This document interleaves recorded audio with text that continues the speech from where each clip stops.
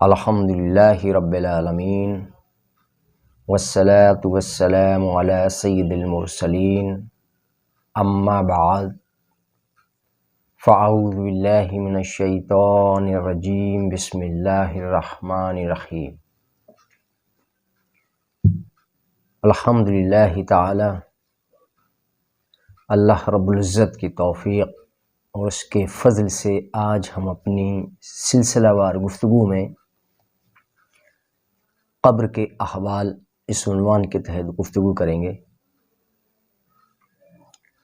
میت کو جب قبر میں رکھ دیا جاتا ہے، دفن کر دیا جاتا ہے، اور جب لوگ وہاں سے واپس پلٹتے ہیں دفن کرنے کے بعد، تو مردہ ان کے جوتوں کی آواز کو سنتا ہے، یعنی جب وہ چلتے ہیں تو پیروں سے جو آواز ہوتی ہے زمین میں، اس آواز کو سنتا ہے کہ اب لوگ واپس جا رہے ہیں، ہمیں قبر میں دفن کرنے کے بعد اب لوگ یہاں سے واپس چل دیے۔ حضرت انس بن مالک رضی اللہ تعالیٰ عنہ سے روایت ہے کہ رسول اکرم صلی اللہ تعالیٰ علیہ وآلہ وسلم نے ارشاد فرمایا کہ بندے کو جب اس کی قبر میں رکھا جاتا ہے اور اس کے ساتھی جب واپس لوٹتے ہیں تو مردہ ان کے جوتوں کی آواز کو سن رہا ہوتا ہے، یعنی اس کی سماعت اس قدر بڑھ جاتی ہے اس وقت، اور اللہ تعالیٰ اس کی سماعت کو اس قدر بڑھا دیتا ہے کہ وہ قبر کے اندر منو مٹی کے نیچے ہے، پھر بھی باہر جو اس کے ساتھی جو اسے قبر تک چھوڑنے آئے تھے وہ ان کے جوتوں کی آواز کو سنتا ہے۔ یہ بخاری کی حدیث 1374، مسلم 2817، ابو داؤد 4752، نسائی 2053، اور احمد بن حنبل کی حدیث نمبر ہے 12293، اور مسلم میں ایک جگہ اور یہ حدیث اور آئی ہے 7216، کنز العمال 42379، اور حاکم کی حدیث نمبر 1404۔ اور جب کوئی فوت ہو جائے، دنیا سے رخصت ہو جائے، خواہ وہ اپنا ہو یا پرایا ہو، دوست احباب میں سے کوئی ہو، رشتہ دار ہو یا دیگر کوئی بھی ہو، تو ہمیں ان مردوں کے لیے جو دنیا سے رخصت ہو چکے، اپنی اپنی قبروں میں جا پہنچے، ان کے لیے ہمیں اچھا گمان رکھنا چاہیے، ان کے لیے بدگمانی نہیں کرنا چاہیے، کیونکہ ان کا حال اللہ جانتا ہے یا وہ خود جانتے ہیں کہ ان کے ساتھ قبر میں ان کے ساتھ کیا معاملہ پیش آ رہا ہے۔ ہمیں ان کے لیے اچھا گمان رکھنا چاہیے، برا نہیں، خواہ وہ دنیا میں کیسے بھی عمل کرتا ہو، اچھے یا برے، تو ہمیں ان کے لیے اچھا گمان رکھنا چاہیے، برا نہیں۔ حضرت عائشہ صدیقہ رضی اللہ تعالیٰ عنہا سے روایت ہے کہ نبی کریم صلی اللہ تعالیٰ علیہ وآلہ وسلم نے فرمایا کہ مردوں کو برا نہ کہو، کیونکہ جو کچھ انہوں نے آگے بھیجا وہ اس کی طرف جا چکے، یعنی جو کچھ انہوں نے اپنا آگے بھیجا ہوگا وہ اس کی طرف وہ پہنچ چکے ہیں۔ اب ان کا کیا معاملہ ہے اللہ بہتر جانے، ان کے ساتھ کیا معاملہ فرمائے گا۔ ہمیں ان کے لیے کوئی برا گمان، بدگمانی نہیں کرنا چاہیے، اچھا گمان رکھو، ہاں اللہ ان کے ساتھ خیر فرمائے یا جو کچھ بھی ہو۔ اگر ہم اچھا نہیں رکھ سکتے تو برا بھی رکھنے کا ہمیں اختیار نہیں ہے۔ یہ بہقی سنن کبریٰ کی حدیث نمبر 7187، کیونکہ یہ فیصلہ کرنے والے ہم لوگ کون ہوتے ہیں کہ کس کے ساتھ کیا ہونا ہے، کیونکہ اللہ تبارک و تعالیٰ ہر انسان کے باطن پر نظر رکھتا ہے اور اس کے باطن کو جانتا ہے، ہم صرف اس کے ظاہر کو دیکھتے ہیں اور ظاہر کو جانتے ہیں۔ تو ہمیں کسی کے ساتھ یہ فیصلہ نہیں کرنا چاہیے کہ مرنے کے بعد اس کا قبر میں کیا حال ہوگا یا قیامت کے دن کیا حال ہوگا، وہ جنتی ہے یا دوزخی، مرنے کے بعد اللہ جانے، اس کا رسول جانے۔ اسی ضمن میں اگلی حدیث حضرت عائشہ صدیقہ رضی اللہ تعالیٰ عنہ سے روایت ہے کہ رسول اکرم صلی اللہ تعالیٰ علیہ وآلہ وسلم نے فرمایا کہ مردوں کو برا مت کہو۔ حضور فرماتے ہیں، حضور علیہ السلام، کہ مردوں کو برا نہ کہو، وہ تو پہنچ گئے اپنے اعمالوں کو، جو کچھ انہوں نے آگے بھیجا، اور ان کی عیب جوئی بھی نہ کرو۔ اب جو کچھ انہوں نے برے عمل کیے یا اچھے عمل کیے وہ اپنے اعمالوں کو پہنچ گئے، ان کے ساتھ ویسا ہی معاملہ ہوگا جیسے دنیا میں انہوں نے اعمال کیے۔ اچھے یا برے جیسے بھی کیے ہوں گے. تو اللہ کے رسول فرماتے ہیں ان کو آپ برا نہ کہو، وہ تو اپنے اعمالوں کو پہنچ گئے، اور ان کی عیب جوئی نہ کرو. یہ نسائی کی حدیث نمبر 1940، ابو داؤد 4899 اور بخاری کی حدیث نمبر 1393. حضرت عبداللہ بن عمر رضی اللہ تعالیٰ عنہما سے روایت ہے کہ سرور کائنات صلی اللہ تعالیٰ علیہ وآلہ وسلم نے فرمایا کہ جب تمہارا کوئی فوت ہو جائے تو اس کی خوبیاں بیان کرو اور برائیوں سے باز رہو. یہ ابو داؤد کی حدیث نمبر 4900. حضرت عائشہ صدیقہ رضی اللہ تعالیٰ عنہ سے روایت ہے کہ نبی کریم صلی اللہ تعالیٰ علیہ وآلہ وسلم کے سامنے ایک مردہ شخص کا ذکر برائی سے ہوا. حضور علیہ السلام کے سامنے کسی ایک مردہ شخص کا ذکر برائی کے ساتھ ہوا تو آپ صلی اللہ تعالیٰ علیہ وآلہ وسلم نے فرمایا کہ مردوں کا ذکر برائی سے نہ کرو، مردوں کا ذکر برائی سے مت کرو، کیونکہ انہوں نے جو کچھ اپنے آگے بھیجا تھا وہ اس کے پاس پہنچ گئے ہیں. یہ نسائی کی حدیث 1939 اور بخاری کی حدیث 6516. مرنے والا اپنے کیے ہوئے اعمال کی جزا یا سزا کے لیے اگلے جہان میں پہنچ چکا ہے.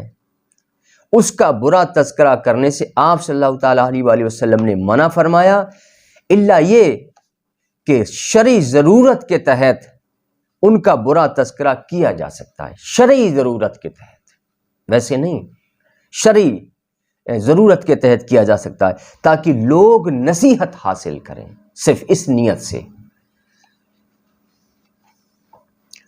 جب مردے کو قبر میں دفن کر دیا جاتا ہے تو جو دنیا میں نیک لوگ تھے، صالح تھے، نمازی تھے، تو وہ قبروں میں بھی یہی کہتے ہیں کہ مجھے نماز پڑھنے دو. یعنی ان کی طبیعت، ان کا ذوق، ان کا شوق اس قدر ہوتا ہے کہ وہ قبر کے اندر بھی یہی کہتے ہیں کہ مجھے نماز پڑھنے دو، نماز پڑھنے دو، کیونکہ وہ ان کی ایک عادت بن جاتی ہے نماز پڑھنے کی. تو اسی عادت کے تحت وہ کہتے ہیں کہ مجھے نماز پڑھ لی. اب ظہر کا وقت ہو گیا، عصر کا وقت ہو گیا، اب مجھے نماز پڑھنی ہے. اسی ضمن میں ایک حدیث حضرت جابر رضی اللہ تعالیٰ عنہ سے روایت ہے کہ سرور کائنات صلی اللہ تعالیٰ علیہ وآلہ وسلم نے فرمایا کہ جب مومن میت کو قبر میں داخل کیا جاتا ہے تو اسے ایسا نظر آتا ہے جیسے سورج ڈوبنے کے قریب ہو. پھر وہ بیٹھتا ہے اور اپنی دونوں آنکھوں کو ملتے ہوئے کہتا ہے کہ مجھے چھوڑ دو اور مجھے نماز پڑھنے دو. یہ نیک مومن نمازی شخص کی یہ حال ہوں گے. قبر کے اندر بھی وہ کہے گا کہ مجھے نماز پڑھنے دو. یہ ابن ماجہ کی حدیث 4272.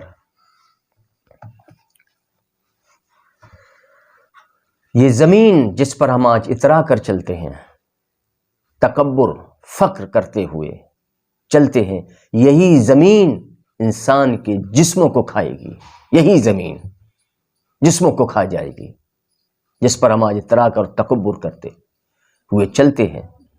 اس لیے ہمیں چاہیے کہ ہمیشہ اپنے اندر عاجزی اور انکساری کی کیفیت پیدا کریں، ایسا اخلاق بنائیں اپنا، ہم ایسا میرا خلق حسن ہو کہ ہم زمین پر جب چلیں تو اترا کر نہیں، نظر جھکا کر چلیں، عاجزی کے ساتھ، انکساری کے ساتھ، لوگوں کے ساتھ حسن سلوک سے پیش آئیں. یہ نہیں کہ تھوڑا سا مال آ جائے یا حسن آ جائے یا عہدہ منصب مل جائے تو اترانا نہیں، کہ یہی اترانے والے لوگوں کو یہی زمین جس کی پیٹھ پر وہ چل رہے ہیں یہی ان کے جسموں کو کھا جائے گی. اس لیے انسان کو اپنی حقیقت پر ہر وقت غور کرنا چاہیے کہ اس کی حقیقت کیا ہے. انسان 2 نجاستوں کو روز اٹھاتا ہے، 2 نجاستوں کو روز اٹھاتا ہے اپنے ہاتھوں سے. 2 نجاست ہیں، پاخانہ اور پیشاب. پھر بھی اگر وہ تکبر کرے تو اس سے بڑا جاہل اور بے وقوف کون ہو سکتا ہے کہ گندگی کو روز اٹھاتا ہے اپنے ہاتھوں سے، پھر بھی وہ تکبر کرے، اترا کر چلے. تو انسان کو اپنی حقیقت پر غور کرنا چاہیے کہ اس کی ابتدا کس چیز سے ہوئی. کس پانی سے ہوئی، وہ کیسا پانی تھا، تو اس اپنی ابتدا پر بھی غور کرے اور اپنی آخرت پر بھی غور کرے کہ مرنے کے بعد بھی میرا کیا حال ہوگا۔ اگر کچھ دنوں تک اسے رکھ دیا جائے، اسے دفن نہ کیا جائے، تو بدبودار ہو جائے گا، سڑ جائے گا، وہ اتنی اس پر شدید بدبو نکلے گی اس کے جسم سے کہ لوگ اپنی ناک پر ہاتھ رکھ لیں گے، کپڑا رکھ لیں گے۔ تو اسے اترانا نہیں چاہیے، کہ اسے معلوم ہونا چاہیے کہ جس زمین کی پیٹھ پر تو اترا کر چل رہا ہے، فخر کرتا ہوا چل رہا ہے، تکبر کرتا ہوا چل رہا ہے، وہی زمین کے اندر تجھے، اسی زمین کے پیٹ میں تجھے جانا ہے، اور وہی زمین تیرے جسم کو کھا جائے گی۔ تیرا خوبصورت چہرہ، تیرے ہاتھ پیر، خوبصورت تیرا بدن، تیری صحت کہاں جائے گی؟ پھر تو کہاں گم ہو جائے گا؟ تو انسان کو ہر وقت یہ سوچنا چاہیے، یہی زمین ہے کہ جس کی پیٹھ پر آج ہم چل رہے ہیں، یہی زمین ایک دن ہمارے جسم کو کھا جائے گی۔ حضور نبی کریم صلی اللہ تعالیٰ علیہ وآلہ وسلم نے فرمایا کہ زمین روزانہ 70 بار پکار کر کہتی ہے، اے بنی آدم جو چاہے کھا لے۔ اے بنی آدم، زمین کہتی ہے، اے بنی آدم جو چاہے کھا لے، اللہ رب العزت کی قسم میں تیرے گوشت اور تیری کھال کو کھاؤں گی۔ یہ زمین کہتی ہے، میں تیرے گوشت اور تیری کھال کو کھا جاؤں گی، یہ زمین کہتی ہے۔ یہ کنز العمال کی حدیث 42107۔ قبر کیڑوں کا گھر یا جنت کے باغوں میں سے ایک باغ۔ قبر کیڑوں کا گھر یا جنت کے باغوں میں سے ایک باغ۔ حضور نبی کریم صلی اللہ تعالیٰ علیہ وآلہ وسلم نے فرمایا، قبر روز پکار کر کہتی ہے کہ میں بے بطنی کا گھر ہوں، میں بے بطنی کا گھر ہوں، میں تنہائی کا گھر ہوں، میں کیڑوں کا گھر ہوں۔ یہ قبر کہتی ہے، میں کیڑوں کا گھر ہوں۔ جب مومن بندہ قبر میں دفن کیا جاتا ہے تو قبر اس سے مخاطب ہو کر کہتی ہے کہ خوش آمدید۔ لیکن کب؟ جب مومن بندہ جب قبر میں دفن کیا جاتا ہے، تب قبر کہتی، اس سے مخاطب ہو کر کہتی ہے کہ خوش آمدید، میری پشت پر جتنے لوگ چلتے تھے تو مجھے ان میں سے پیارا ہے، آج جب تو میرے پاس آ گیا تو عنقریب اپنے ساتھ میرا سلوک دیکھ لے گا، کیونکہ تو اچھا تھا، نیک تھا دنیا میں بھی، تو آج میرا سلوک بھی تیرے ساتھ اچھا ہی ہوگا۔ تو آج تو میرا سلوک دیکھے گا، تو اس مومن بندے کی قبر حد نظر تک وسیع ہو جاتی ہے، اور جنت کی طرف سے ایک دروازہ اس مومن بندے کی قبر میں کھول دیا جاتا ہے۔ اور جب کافر بندہ، منافق بندہ، فاسق و فاجر بندہ، ظالم اور گناہگار، جو عظیم گناہوں کا مرتکب دنیا میں رہا، جس نے اپنی آخرت کو بہتر نہ بنایا، صرف دنیا کو بہتر بنانے میں لگا رہا، ایسے بندے جن کو اللہ تعالیٰ قبر میں سزا دے گا، جن پر عذاب مسلط کرے گا، ایسے بندے جب قبر میں جاتے ہیں تو تب قبر کیا کہتی ہے؟ تو قبر کہتی ہے کہ میری پشت پر چلنے والوں میں سے تو مجھے ناپسندیدہ ہے۔ میری پشت پر، یعنی زمین کہتی ہے قبر کہ میری پشت یعنی میری پیٹھ پر چلنے والوں میں تو مجھے ناپسندیدہ ہے، آج جب تو میرے پاس آیا، یعنی آج جب تو میرے قبر کے زمین کے اندر آ گیا، آج تو قبر میں آ گیا، تب کہتی اب تو میرے پاس آیا ہے تو اب تو میرا سلوک دیکھا کہ میں تیرے ساتھ کیا سلوک کرتی ہوں۔ وہ قبر کہتی اب دیکھ میں تیرے ساتھ کیا سلوک کرتی ہوں، تو بہت برا تھا دنیا میں اور مجھے ناپسندیدہ ہے، تو اپنے ساتھ میرا سلوک دیکھے گا۔ پھر اس پر قبر تنگ ہونا شروع ہو جاتی ہے، یہاں تک کہ آپس میں مل جاتی ہے اور اس کی پسلیاں آپس میں ایک دوسرے میں گھس جاتی ہیں۔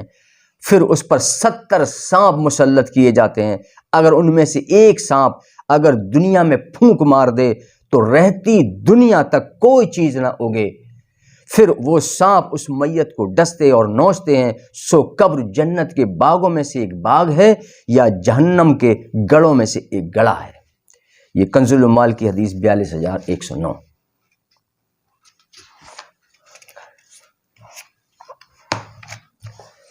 قبر روزانہ 7 مرتبہ کہتی ہے، کیا کہتی ہے؟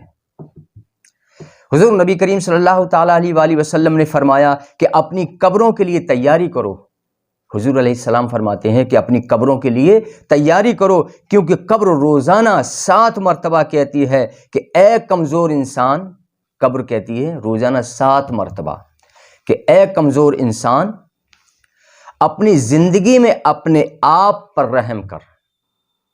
قبر کہتی ہے یعنی زمین جس کے اندر تجھے داخل ہونا ہے، ہر انسان کو اس میں داخل ہونا ہے، وہ کہتی ہے قبر روزانہ 7 بار کہ اے کمزور انسان.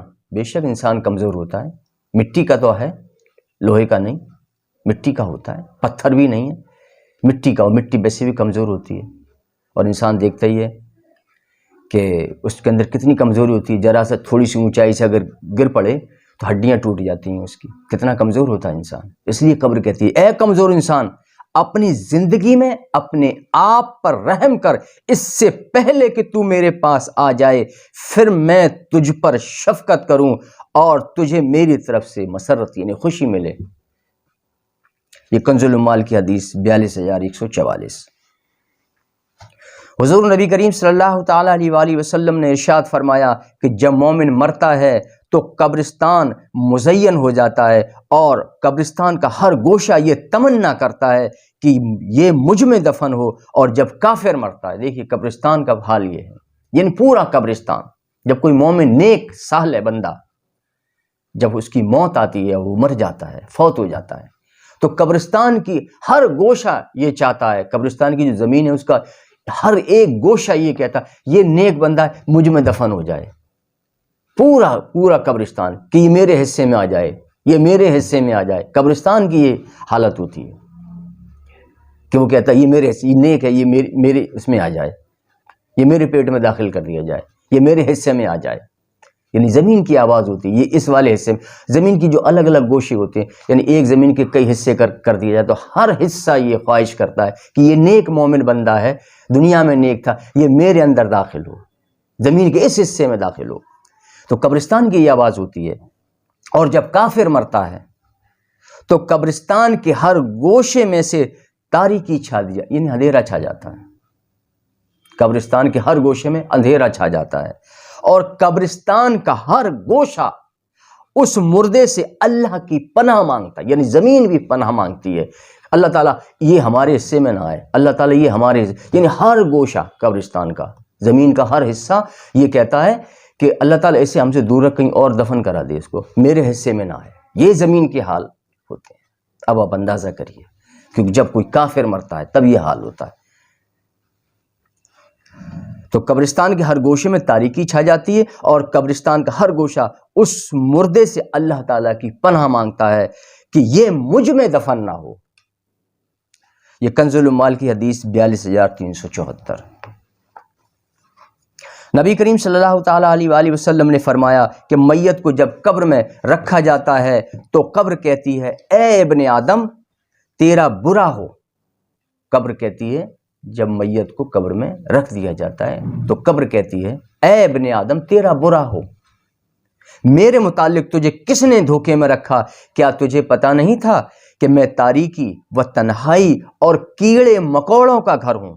قبر کہتی میں تو کیڑوں مکوڑوں کا گھر ہوں، میرے اندر تو اندھیرا ہے، اجالا تو نہیں، روشنی تو نہیں، میں تو اندھیروں والا گھر ہوں، میں تاریکی والا گھر ہوں، میں تنہائی والا گھر ہوں. یہاں کوئی میلہ نہیں لگا قبر کے اندر، اکیلا رہنا انسان کو، یہ تنہائی کا گھر ہوں، میں کیڑوں مکوڑوں کا گھر ہوں. پس اگر وہ نیک ہوتا ہے تو ایک آواز دینے والا جواب دیتا ہے یہ نیک ہے اور یہ نیکی کا حکم دیتا تھا اور برائی سے روکتا تھا. تو قبر کہتی ہے اگر ایسا ہے، اگر یہ نیک بندہ ہے تو پھر میں اس کے لیے تر و تازگی میں بدل جاتی ہوں. پھر وہ تر و تازگی میں بدل جاتی ہے اور اس کی روح علیین کی طرف پرواز کر جائے گی. یہ کنز العمال کی حدیث 42546. اور اسی کے ساتھ ہی ہم آج کی اپنی اس گفتگو کو ختم کر رہے ہیں اور اسی مضمون کا اگلا حصہ ہم اگلی نشست میں بیان کریں گے. وما علینا الا البلاغ المبین.